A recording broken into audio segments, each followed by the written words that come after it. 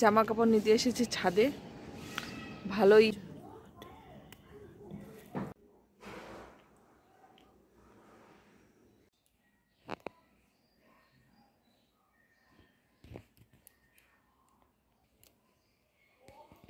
Hello বন্ধুরা, সুপ্রভাত। কেমন আছো তোমরা সবাই? আশা করছি তোমরা সবাই খুব ভালো আছো। আমরাও এদিকে বেশ ভালোই আছি। সকালটা শুরু করছি সিদ্ধ ভাত দিয়ে। তো এখন বাজে 10:30। সকালবেলা উঠেছি, উঠে স্নান করা হয়ে গেছে, সমস্ত কাজকর্ম প্রায় হয়েই গেছে, শুধু রান্নাটা বাকি আছে। দুপুরে রান্নাটা করব। তো আগে হচ্ছে আলু সিদ্ধ ভাত খেয়ে নিচ্ছি গরম গরম, তারপরে দুপুরে রান্নাটা হবে। তো চলো সারাদিন কি করি না করি অবশ্যই শেয়ার করব, সঙ্গে থাকো, দেখতে থাকো সারাদিনের ব্লগটা। তো খাওয়া দাওয়া কমপ্লিট করি সকালবেলার, তারপর আসছি।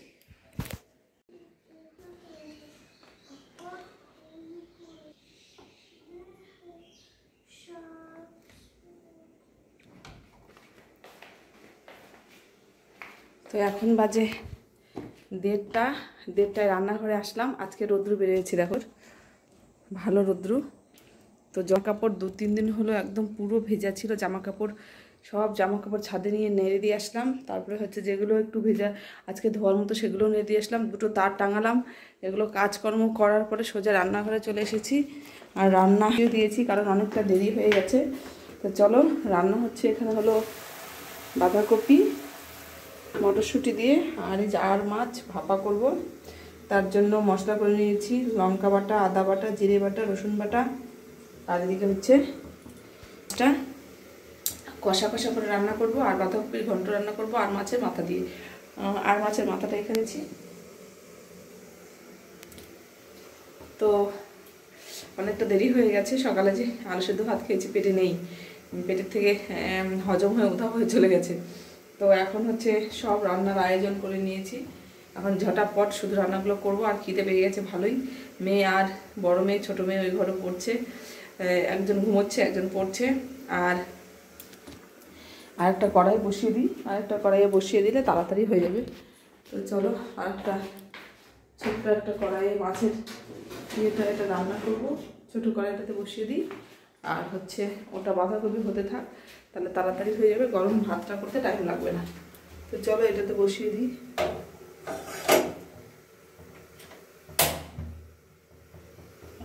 আর মাছটা হচ্ছে কষা কষা রান্না করবো। চলো তোমাদের সঙ্গে আর মাছ রান্নাটা শেয়ার করব, সঙ্গে থাকো, দেখতে থাকো।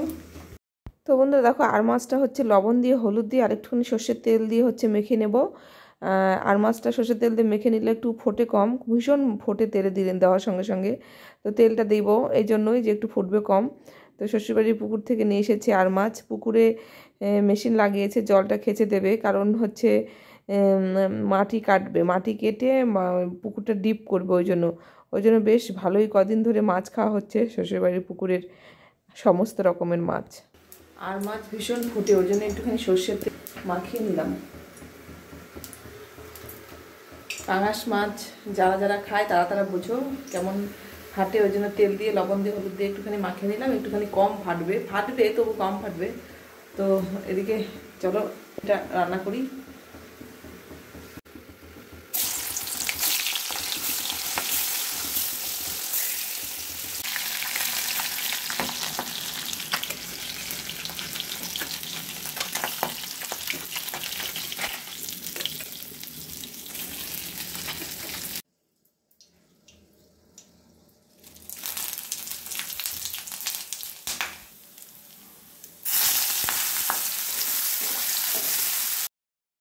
তো দেখো এখানে আর মাছটা কষা করার জন্য এখানে রসুন বেটে নিয়েছি, কাঁচা লঙ্কা বাটা, একটুখানি পেঁয়াজ বাটা, এখানে আদা বাটা, আর হচ্ছে এখানে টমেটো কেটে নিয়েছি। তো দেখো এই যে বাটা মশলাগুলো, এদিকে পেঁয়াজটা ভালো করে ভেজে টমেটোটা কষিয়ে বাটা মশলাগুলো সব দিয়ে দিলাম। তারপরে দেবো জিরে গুঁড়ো, হলুদ গুঁড়ো, আর হচ্ছে স্বাদ মতো লবণ দিয়ে ভালো মতো একটুখানি জল দিয়ে মশলাটা কষিয়ে নেব। তো চলো বন্ধুরা দেখতে থাকো। রেসিপিটা সত্যিই অসাধারণ লাগে খেতে, তোমরাও একবার খেয়ে দেখো। রান্নাটা দুর্দান্ত লাগে। তো চল এদিকে গরম জল করে নিয়েছি ফ্লাক্সে, আর এদিকে ভালো করে কষিয়ে একটুখানি গরম জল দেবো, দিয়ে ঝোলটা ভালো করে ফুটে উঠলে মাছগুলো দিয়ে দেবো। এভাবেই রান্নাটা হবে। তো চলো এদিকে দেখতে পাচ্ছ মশলাটা ভালো মতো কষিয়ে নেওয়া হয়ে গেছে। দেখো সুন্দর করে কষিয়ে নিয়েছি। তারপরে এখন এর মধ্যে দিয়ে দেবো বেশ খানিকটা জল। তারপরে মাছগুলো এক একে দিয়ে দেবো।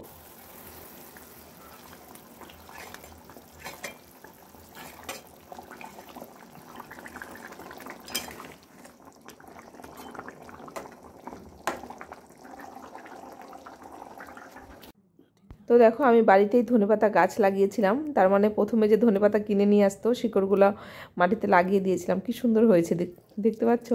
ধুয়ে নিচ্ছি আর এটা নিয়ে যাচ্ছি এখন একদম তরকারিতে দেব। ধনে গাছ লাগিয়েছিলাম, ধনেপাতা হয়েছে। চলো এদিকে হচ্ছে বাঁধাকপির ঘন্টটা হয়ে গেল, দেখো।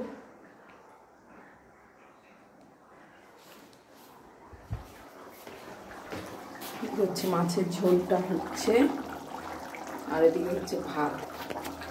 ধনেপাতা কেটে দিয়ে দেবো মাছের কষার মধ্যে, আর মাছের কষা করছি, আর হচ্ছে ভাতটা নামাবো আর রান্না হয়ে গেল। ব্যাস আজকে এইটুকুই। ধনেপাতাটা কেটে নিই, চলো।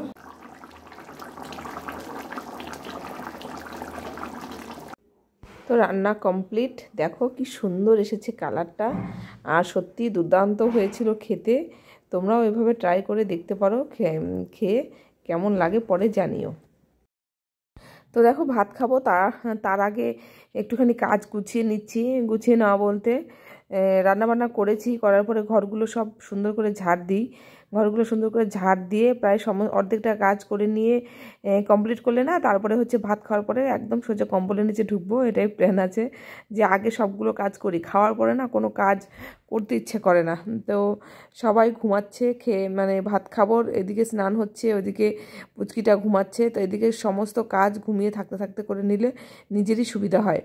তো এদিকে হচ্ছে দেখো ওই ঘরটা সবগুলো ঘর ঝাড় দিলাম, ঝাঁটিয়ে বার করে নিয়ে এসে এখন এই ঘরটা ঝাড় দিয়ে বাইরে নিয়ে যাব। বাইরে নিয়ে ঘরটা পরিষ্কার করে ঝাড় দিয়ে তারপরে খাওয়া দাওয়া করবো।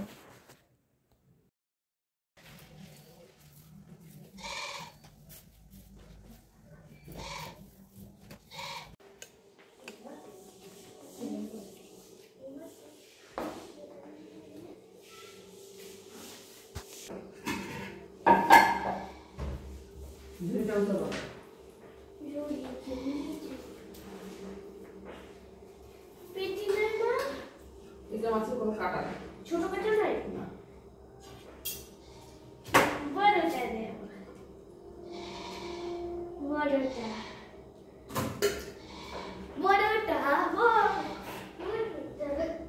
জল নিয়ে দাও।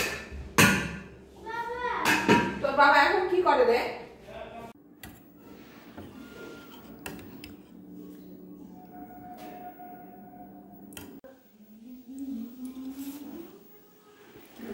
পৌলমী বাঁধাকপি নিবা? বাঁধাকপি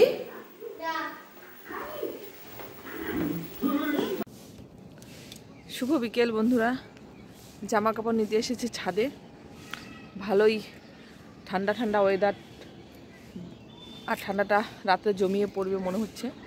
তো জামা কাপড় যেগুলো শুকিয়েছে সেগুলো নিয়ে যাচ্ছি, আর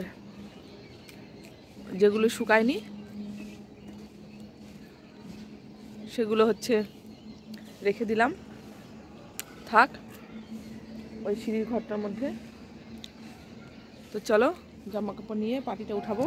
এখানে স্নান করিয়েছে মেয়েকে, এখানে ভেজা ছিল পাটিটা এখানে থাক।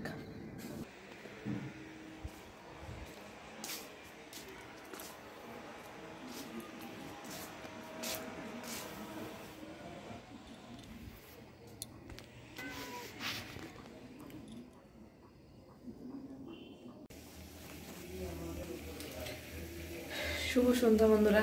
তো সন্ধ্যা একটু চা না খেলে ভালো লাগে না, তো চায়ে বসিয়েছি দেখো, আর এদিকে চা হচ্ছে।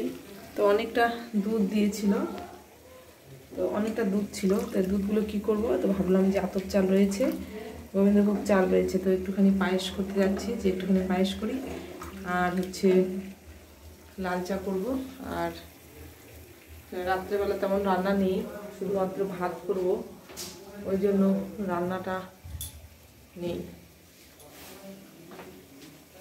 তো চলো বড়মশাই টিউশনে পড়াচ্ছে, রান্নাটা রাত্রেবেলা ভাত করলেই রান্নার ঝামেলাটা নেই।